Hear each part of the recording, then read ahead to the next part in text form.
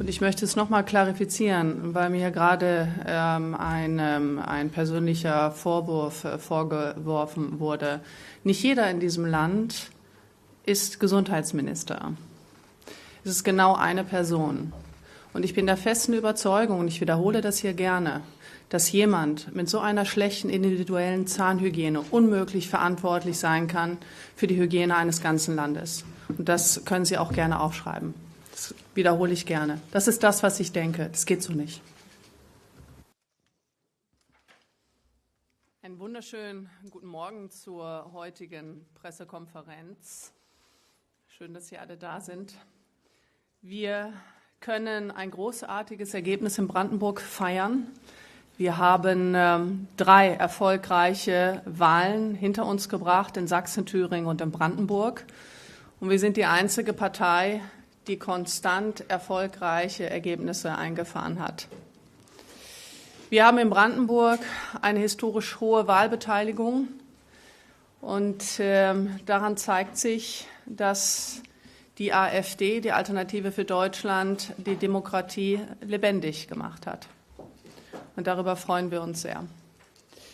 Sie sehen auch, dass die Alternative für Deutschland die Partei der Zukunft ist. Wir haben vornehmlich bei den jungen Leuten gewonnen. Das nicht nur in dieser Wahl in Brandenburg, sondern bei allen Wahlen, vor allen Dingen auch schon bei den Europawahlen. Wir liegen im Vergleich, weil es war eine sehr polarisierende Wahl zwischen der AfD und der SPD. Wir liegen bei den unter 60-Jährigen konstant vor der SPD. Und vor allen Dingen die zwischen 16 und 24-Jährigen haben die AfD überproportional stark gewählt. Das heißt, die nachfolgende Generation hat verstanden, dass die AfD die richtigen Antworten auf die Zukunft dieses Landes gibt und vor allen Dingen dieser Generation der arbeitenden Bevölkerung von morgen.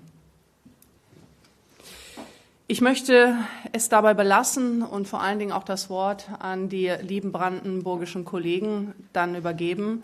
Aber ich möchte mit einem herzlichen Dankeschön schließen an unseren erfolgreichen Spitzenkandidaten Christoph Berndt, unserem Landesvorsitzenden René Springer. Herzliches Dankeschön an die AfD-Mitglieder in Brandenburg, die so einen engagierten Wahlkampf geführt haben. Und natürlich mein ganz großes Dankeschön an unsere Wähler in Brandenburg, die diesen Erfolg möglich gemacht haben. Und damit darf ich das Wort an meinen lieben Co. übergeben. Tino, du hast das Wort. Ja, vielen Dank. Ich möchte mich auch bloß kurz ergänzend äußern. Ich möchte mich natürlich auch bei Christoph Berndt bedanken, auch bei René Springer für diesen doch sehr intensiven Wahlkampf, sehr bürgernahen Wahlkampf auf der Straße. Ich denke, das hat es auch ausgemacht, dass immer mehr Menschen in unsere Politik Vertrauen gefunden haben. Das zeigt sich, wie gesagt, auch jetzt in der Nachwahlbetrachtung, die wir natürlich auswerten. Wir haben 22 Direktwahlkreise gewonnen, genauso viel wie die SPD. Es hat sich also ein polarisierender Wahlkampf hat in Brandenburg stattgefunden zwischen SPD und AfD. Herr Woidke ist nur wiedergewählt worden aufgrund des Zusammenschlusses aller anderen Kartellparteien, um ihn im Amt zu halten. Also wenn ein Ministerpräsident Kretschmer zur Wahl von Herrn Woidke aufruft und im Prinzip seiner eigenen Partei, der CDU, damit in den Rücken fällt, dann zeigt das eigentlich, dass es eigentlich nur noch einen Wahlkampf gegen die AfD gibt und dass es hier eigentlich um Inhalte kaum noch gegangen ist. Man will eigentlich die AfD von der Macht, auch von der Regierungsverantwortung fernhalten. Das mag dieses Mal noch so gelungen sein, aber es wird auf Dauer nicht funktionieren. Wir sehen es jetzt schon, ein Landtag mit 4 Parteien. Das Gute auch an diesem Abend, neben unserem sehr guten Ergebnis, ist, dass die Grünen als gefährlichste Partei Deutschlands nicht mehr im Landtag sind, dass die Linken aus dem Landtag geflogen sind, dass die Freien Wähler ebenso nicht mehr einziehen und dass es eine FDP, und das ist eigentlich auch die Frage, die man dann auf Bundesebene stellen muss, dass die eigentlich im Ostdeutschland nicht mehr existiert und damit auch die Interessen, für die sie eigentlich Politik mal machen wollte, für den Mittelstand, für die Handwerker auch nicht mehr ausüben kann. Nichtsdestotrotz möchte ich auch Herrn Woidke für den Wahlsieg gratulieren. Nichtsdestotrotz wird aber auch für uns klar sein, dass wir als starke Opposition auch in Brandenburg weitermachen. Und ich denke, mit den gewählten Abgeordneten wird das auch gut gelingen. Es sind viele Abgeordnete dabei, die eine berufliche Karriere bereits hinter sich hatten, also auch Erfahrung haben in ihren Bereichen. Und deshalb freue ich mich sehr, und das wird auch die Aufgabe von Christoph Berndt sein, dort eine starke Fraktion mit oppositioneller Arbeit weiter voranzubringen, nach denen sich die anderen Parteien auch richten müssen. Das haben wir in der Vergangenheit geschafft und das werden wir auch in Zukunft vorantreiben. Vielen Dank erstmal. Ja, guten Tag, meine Damen und Herren. Sie sehen hier einen Kandidaten und einen noch Fraktionsvorsitzenden, der beinahe restlos zufrieden ist. Er ist nicht restlos zufrieden, aber annähernd. Denn wenn man sich das mit dem Abstand einiger Stunden das Wahlergebnis vor Augen führt, dann haben wir mehr erreicht, als ich persönlich erwartet hätte. Die beiden Bundessprecher haben es ja schon gesagt. Wir haben den größten Zugewinn aller Parteien in Brandenburg erzielt. Wir sind die Partei der Leute, die arbeiten. Wir sind die Partei des Mittelstandes. Wir sind die Partei der Jugend. Die Deutschland-Hasser von den Grünen und den Linken sind aus diesem Landtag rausgewählt worden. Auch die Freien Wähler, die sich in unappetitlicher Weise dieser Regierung Woidke angedient haben, sind nicht mehr im Landtag vertreten. Und das Kartell der Parteien, die seit Jahrzehnten hier regieren, ist als solches entlarvt worden. Exemplarisch mit der öffentlichen Kastration der CDU, die auch gestern Abend nicht den Mut hatte, sich gegen diese Anmaßung der SPD und auch aus den eigenen Reihen zu wehren. Ich möchte jetzt nicht Mitglied der CDU sein. Die Diskussionen dort sind bestimmt sehr spannend. Und Dietmar Woidke ist in seinem eigenen Wahlkreis abgewählt worden. Eine Mehrheit Dietmar Woidke hat keine Mehrheit bekommen. Dietmar Woidke hat gesagt, er wird zurücktreten, wenn er gegen die AfD verliert. Er hat in seinem eigenen Wahlkreis verloren. Nun bin ich mal gespannt, welche Konsequenzen Dietmar Woidke daraus zieht. Mit Dietmar Woidke wird es ein Weiter so geben, das ist völlig klar, und der SPD. Wir werden als Opposition alles in unseren Kräften Stehende tun, dagegen zu arbeiten.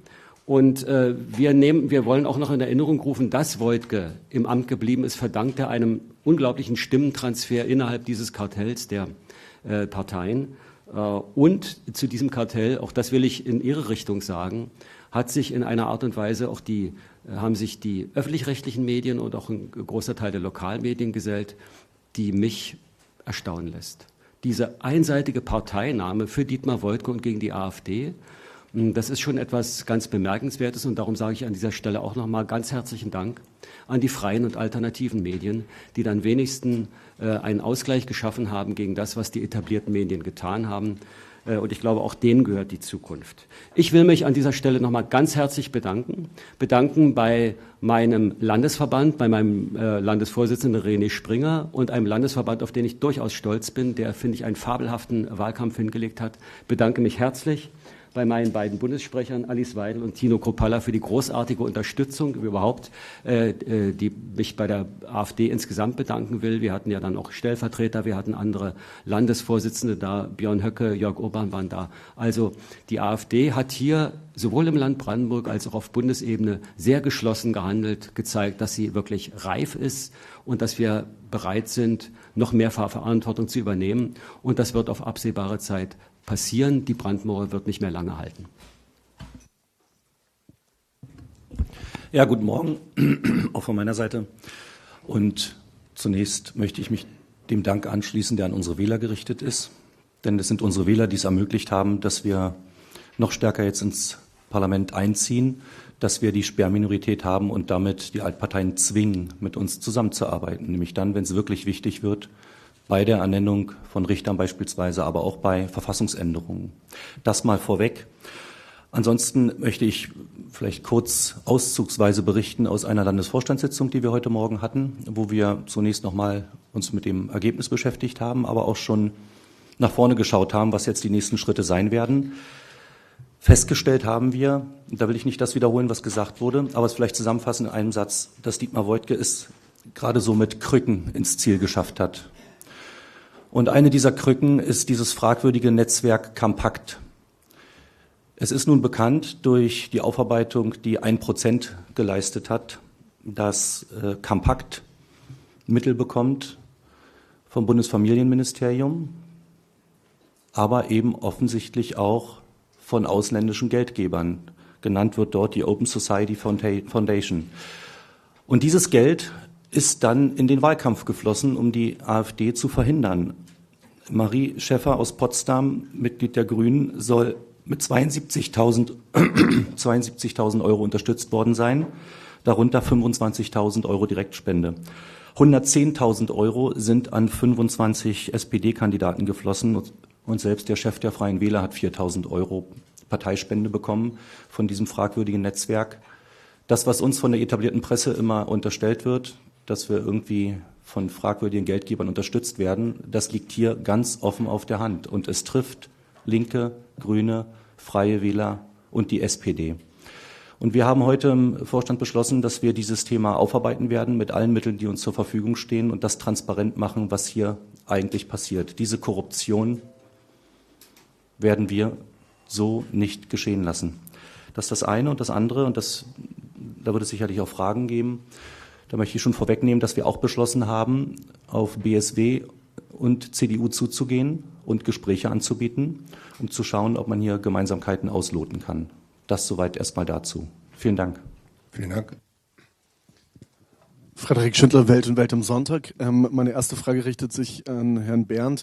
Sie haben ja die Sperrminorität erreicht. Da würde mich interessieren, wie wollen Sie die denn jetzt künftig im Landtag nutzen, um da auch Ihre Ziele durchzusetzen? Was ist da der Plan? Was kann man da erwarten? Was erwarten Sie da auch von den anderen Parteien? Und dann würde mich noch von Herrn Kruppalla interessieren, als wir das letzte Mal hier saßen nach der Sachsen- und Thüringen-Wahl, sagten Sie ja, dass Sie die Briefwahl verbieten wollen. Jetzt gibt es nach diesem Wahlergebnis einige AfD-Anhänger, die in relativ weit verbreiteten Tweets zum Beispiel einen möglichen Wahlbetrug da sehen und das unter anderem damit begründen, dass die SPD ja bei der Briefwahl sozusagen aufgeholt hat und da bei der Briefwahl deutlich weniger Wähler AfD gewählt haben. Da würde mich eine Einschätzung von Ihnen interessieren, wie Sie diese Vorwürfe bewerten eines möglichen Wahlbetrugs und ob das aus Ihrer Sicht überraschend ist, dass AfD-Wähler seltener zur Briefwahl gehen, wenn Sie jetzt zum Beispiel sagen, dass das missbrauchsanfällig sei und Sie diese Briefwahl verbieten wollen. Dankeschön. Ja, Herr Schindler, da gibt's gar nichts Sensationelles zu vermelden. Wir haben jetzt diese Stärke, 1/3 plus eine Stimme. Und dann wird die Wahl von Verfassungsrichtern eben nur möglich sein, wenn wir mitmachen oder wenn wir uns zumindest enthalten. So, das werden wir sagen. Und es wird auch in Zukunft dann, Gott sei Dank, möchte ich sagen, nicht mehr einfach so Verfassungsänderungen geben, wie es den Parteien gerade so in den Sinn kommt, wie es in der letzten Legislaturperiode der Fall war.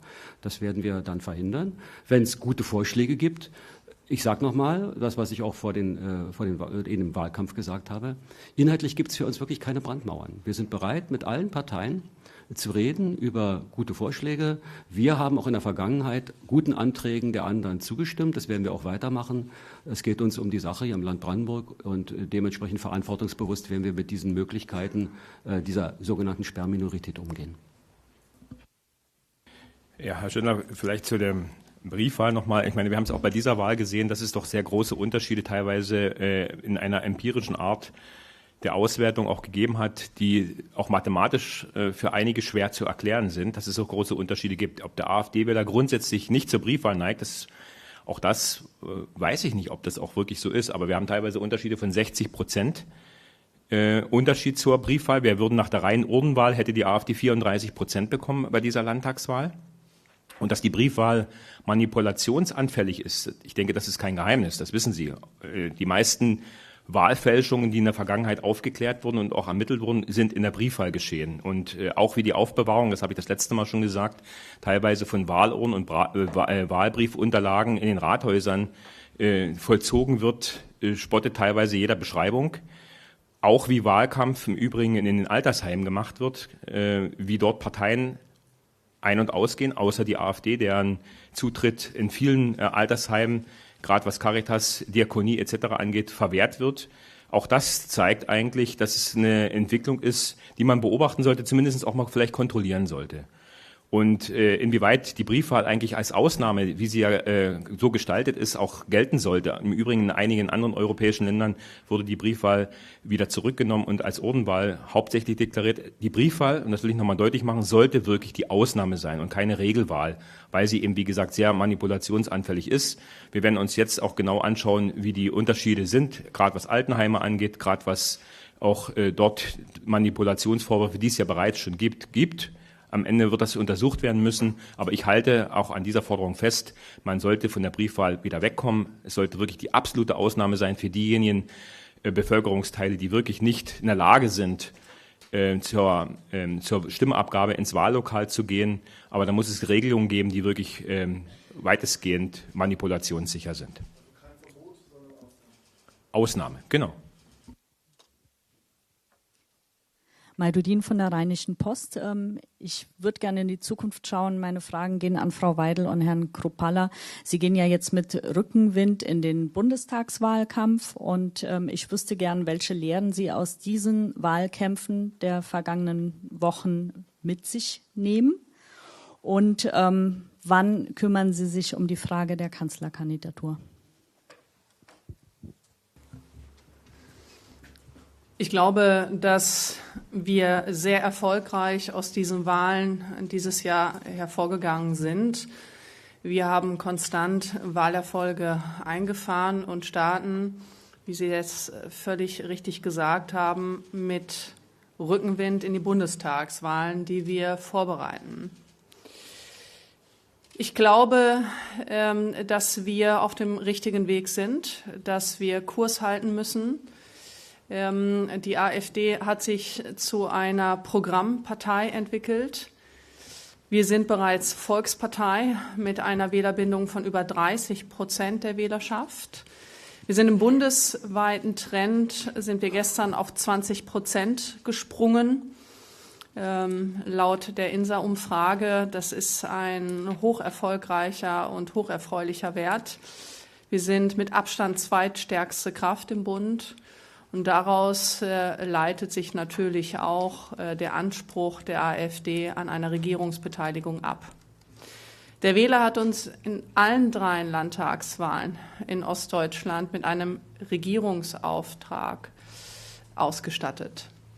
Der Wählerwille ist hier eindeutig. Und Herr Springer hat das gerade erläutert, man wird auf die anderen Parteien zugehen. Das machen wir nicht nur in Brandenburg, sondern auch in Sachsen und Thüringen. Und dann werden wir sehen, was die Ergebnisse sind. Ich glaube, dass sich strategisch langfristig ein undemokratisches Konstrukt wie die Brandmauer nicht durchhalten lässt. Sie können nicht Millionen von Wählern an der politischen Teilhabe ausschließen. Das tut der demokratischen Kultur in unserem Land nicht gut. Und auch müssen sich alle beteiligten Parteien darüber Gedanken machen, wie die gesellschaftlichen Gräben wieder zugeschüttet werden können und wir vernünftig miteinander reden. Und das machen sie nicht, indem sie Millionen von Wählern der Alternative für Deutschland ausschließen. Das sehen wir nicht nur hier bei den Landtagswahlen, sondern wenn Sie in den Bundestag schauen, da werden wir seit 7 Jahren von wichtigen politischen Ämtern ausgeschlossen, wie zum Beispiel das Bundestagspräsidium, das Parlamentarische Kontrollgremium etc. pp. Und dementsprechend glaube ich, dass es vernünftig wäre, langfristig darüber nachzudenken, dass man wieder vernünftig miteinander spricht und mit einer 20- bis 30% Partei wie die Alternative für Deutschland das Gespräch aufnimmt. Ja, ich meine, die Landtagswahlen und auch die Europawahl, die ja dieses Jahr stattgefunden haben, bringen uns natürlich für die Bundestagswahl enormen Rückenwind.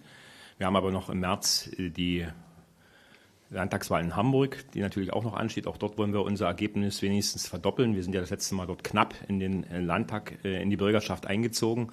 Also das ist auch für uns wichtig, auch eine Großstadt wie Hamburg natürlich dort ein gutes und starkes Ergebnis zu haben. Und natürlich auch die Bundestagswahl wird sich ähnlich ausrichten, was die Bürgernähe angeht, was auch den Charakter des Straßenwahlkampfes angeht, der uns ja nicht nur im Osten große Zustimmungswerte bringt, sondern mittlerweile ja auch in den westlichen Bundesländern.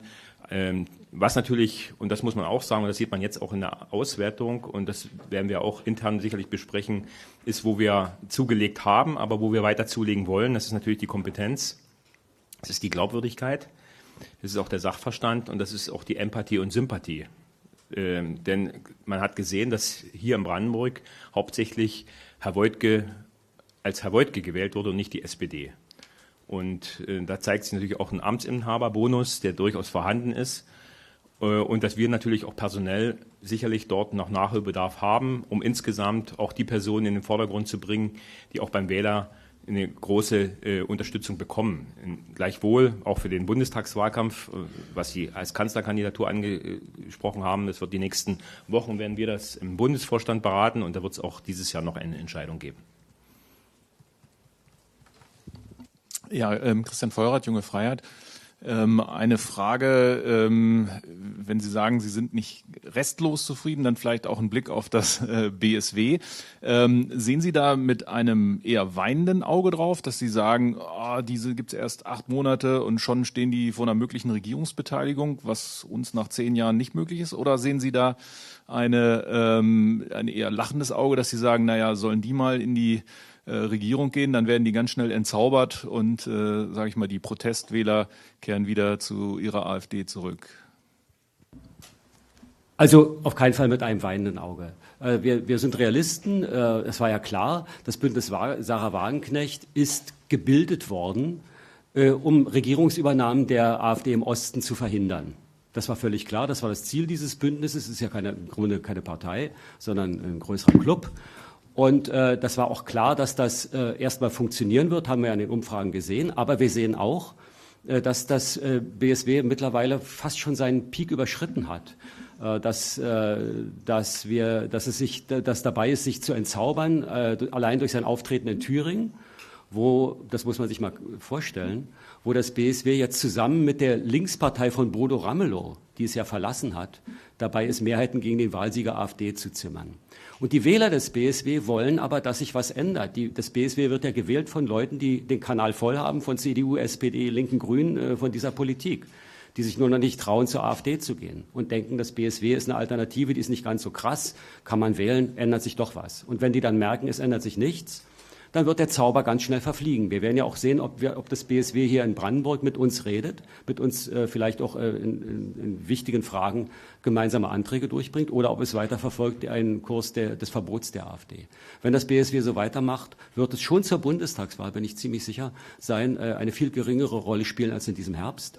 Und das wird uns zugutekommen. Also, Herr Feurath, wir sehen das und ich glaube, ich bin überzeugt davon, das BSW hat nur dann eine Zukunft, wenn es sich nicht mit den anderen hinter der Brandmauer verkriecht, sondern den Mut hat, mit der AfD zusammen eine andere Politik zu machen. Ich erwarte nicht, dass das BSW das tun wird. Ich erwarte, das BSW wird den Mut nicht aufbringen und wird dann eine vorübergehende Erscheinung bleiben.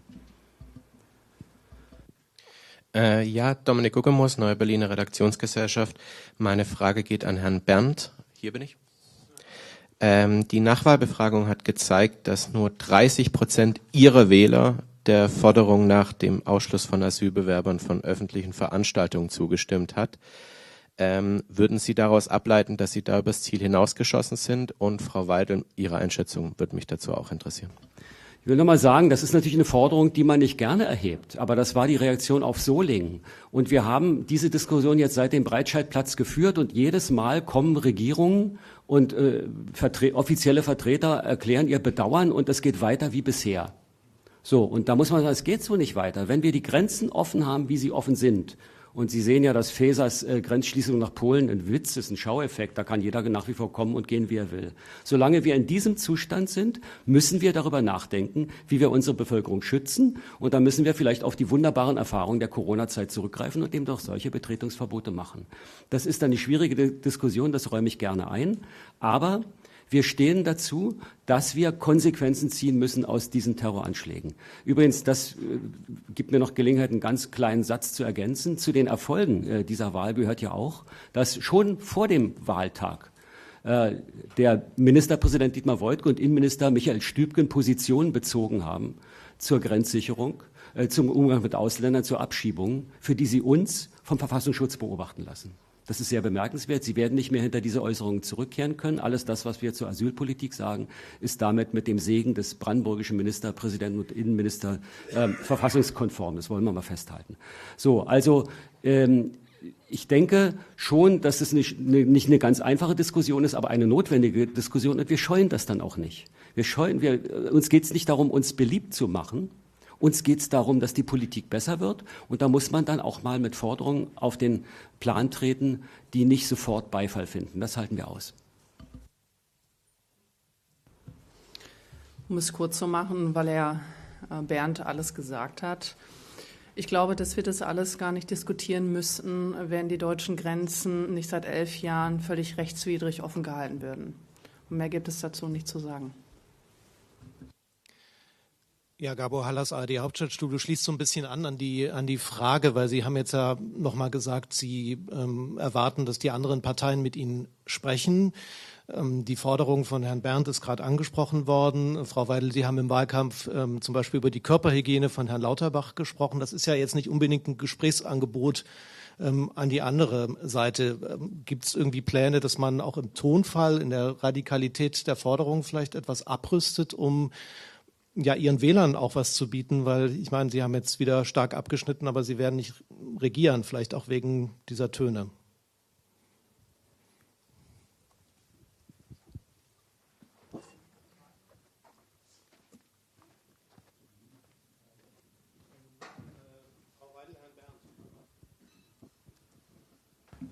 Na gut, also wir sind Programmpartei. Wir haben eine klare Linie in unserem Programm und dementsprechend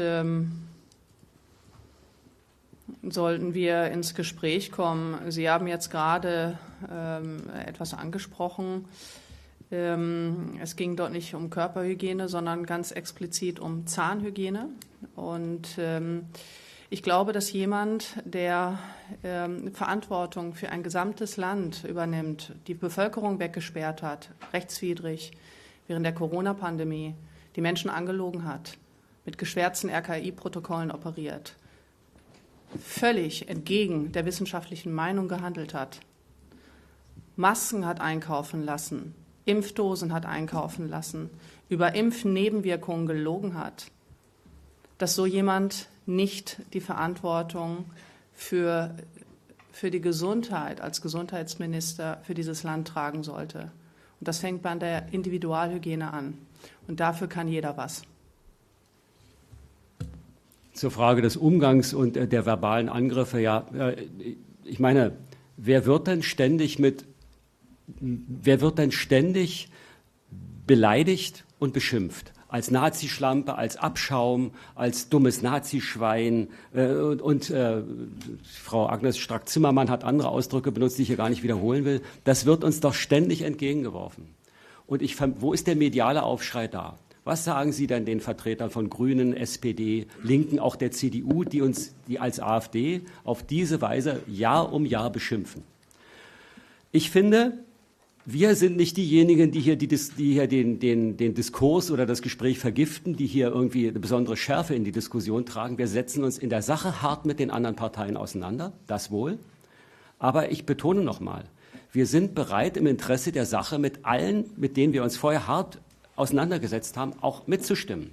Und es ist ja so, wenn Sie an den Landtag Brandenburg denken, wir stimmen Anträgen der anderen zu, wenn die in Ordnung sind oder wenn wir die richtig finden. Die lehnen alle unsere Anträge grundsätzlich ab, alle, jeden, weil er von uns kommt. Und dieses Ausgrenzende, dieses Spaltende, dieses Nichtachtende, dieses Verachtende, das kommt nicht von uns. Das wird uns entgegengebracht. Und natürlich wehren wir uns dagegen, wir lassen uns nicht alles bieten und wir sagen denjenigen, die unser Land ruinieren, auch, dass sie unser Land ruinieren und dass wir das nicht gut finden. Das bedeutet aber nicht, dass wir unversöhnlich sind. Ich wiederhole zum 3. Mal, wir sind bereit, mit allen anderen zu reden, im Interesse unseres Landes. Von uns, wir bauen keine Mauern. Vielleicht mal ganz kurz ergänzend noch, richtigerweise auch, was gerade AfD-Vertreter und auch wir jetzt im Wahlkampf erlebt haben, nicht bloß der Angriffe auf psychischer Art, sondern auch auf physischer Art. Und das ist die AfD nun mit Abstand die Partei. Und da können alle 4, die hier oben auf dem Podium sitzen, ein Lied davon singen. Ich kann Ihnen die Liste der häuslichen Angriffe allein von mir immer auflisten, die lang genug ist, die man mittlerweile überhaupt nicht mehr erwähnt. Und auch Sie als Medien haben eine große Mitverantwortung. Das hat ja die Vergangenheit auch gezeigt, wie Sie zur Spaltung in dieser Gesellschaft beitragen, die auch zu diesem Diskurs beitragen. Und ist auch klar, und das sage ich auch ganz bewusst, der Wahlkampf ist jetzt vorbei. Auch das ist für uns klar. Und Wahlkampf heißt Wahlkampf. Und da kann es auch mal etwas härter und derber sein. Das muss man aushalten, das müssen wir aushalten, das müssen alle anderen aushalten. Nichtsdestotrotz um die Spaltung, und das hat Christoph Berndt richtig gesagt, natürlich auch zu überwinden. Und da haben wir ein großes Interesse. Wir sind Demokraten und wir sind mit allen Parteien und auch allen gewählten Abgeordneten gesprächsbereit. Das sollte eigentlich ein normaler Umgang sein. Um auch diese Spaltung zu überwinden, sind wir gesprächsbereit. Aber diese Abrüstung, und da nehme ich uns nicht aus, sollte alle betreffen. Und das gilt auch für die öffentlich-rechtlichen Medien. Und ich möchte es nochmal klarifizieren, weil mir gerade ein persönlicher Vorwurf vorgeworfen wurde. Nicht jeder in diesem Land ist Gesundheitsminister. Es ist genau eine Person. Und ich bin der festen Überzeugung, und ich wiederhole das hier gerne, dass jemand mit so einer schlechten individuellen Zahnhygiene unmöglich verantwortlich sein kann für die Hygiene eines ganzen Landes. Und das können Sie auch gerne aufschreiben. Das wiederhole ich gerne. Das ist das, was ich denke. Das geht so nicht. Klaasmann von der Deutschen Presseagentur. Jetzt mal weg von der Zahnhygiene. Sie haben ja, Herr Kruppalla, gesagt, dass Sie im Bundestagswahlkampf auch Empathie und Sympathie und auch in Bezug auf die Leute, die da vorne stehen, wichtig finden. Das war in den letzten Wahlkämpfen ja eher nicht so die Stärke, sondern es waren vor allen Dingen Negativbotschaften, wo man sich nach mehr als 10 Jahren, die es die Partei ja nun schon gibt, fragt, ob das reicht. BSW hat das ein bisschen anders gemacht von der Tonalität her. Jetzt wollte ich mal wissen, Frau Weidel hat gesagt, wir müssen an so unserem Kurs festhalten. Wollen Sie denn auch daran festhalten, dass Sie zu 90% mit Negativbotschaften auf die Menschen zugehen und auch mit einer, sage ich mal, eher negativ-aggressiven Attitüde? Ja, für Sie sind das vielleicht Negativbotschaften, aber unsere Aufgabe als Opposition ist es, die Probleme in diesem Land klar zu benennen. Und die sind nun mal nicht positiv. Also es ist ja nicht die Aufgabe der Opposition, die Regierung zu loben und das gut darzustellen. Das machen wir auch, wenn was Gutes auch beschlossen würde werden. Das hat ja diese Ampelregierung bislang nicht hinbekommen. Und natürlich ist es für denjenigen, der auf Missstände in diesem Land hinweist, und da haben wir ja in allen Bereichen, nicht bloß in der Migrationspolitik, in der Wirtschaftspolitik, in der Bildungspolitik, überall, wo Sie hinschauen, ist dieses Land im Abschwung begriffen. In der Rezession, in der Deindustrialisierung, wovor wir gewarnt haben, alles Dinge im sozialen Bereich. Da könnte man unlängst jetzt die Stunde füllen. Und auf die Dinge weisen wir hin. Und ich meine, ich muss mich jetzt nicht entschuldigen dafür, dass wir in diesem Jahr 4 Wahlen deutlich dazu gewonnen haben, eine Landtagswahl gewonnen, 2 knapp Zweiter geworden sind. Das will ich auch nicht vergleichen mit BSW, die nur 1/3 der Stimmen haben, die wir bekommen haben. Also wir haben deutlich zugelegt, wir haben von allen Parteien auch in diesem Wahlkampf dazu gewonnen. Also denke ich, ist unser programmatischer Kurs, auch unser inhaltlicher Kurs genau der richtige. Dafür müssen wir uns nicht entschuldigen. Gleichwohl, und das ist natürlich die Dinge, die wir intern ansprechen werden, wir wollen natürlich auch in allen Altersgruppen weiter zulegen. Das will ich ganz klar betonen. Das muss unsere Aufgabe sein. Und wir haben verschiedene Charaktere in unserer Partei. Wir sind kein monolithischer Block. Das ist auch gut so, weil wir, und das hat sich ja auch bei dieser Wahl gezeigt, Volkspartei sind und auch das gestärkt haben. Gibt es sicherlich Personen, die bei den einen Wählergruppen mehr punkten als bei den anderen.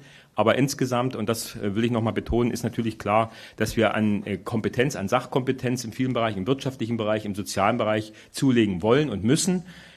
Das wird die Hauptaufgabe sein, denn wir wollen natürlich besser werden, damit, wie gesagt, ohne die AfD eine Regierung nicht möglich ist. Und das sollte auch die Kernaufgabe und Hauptaufgabe für die Bundestagswahl sein.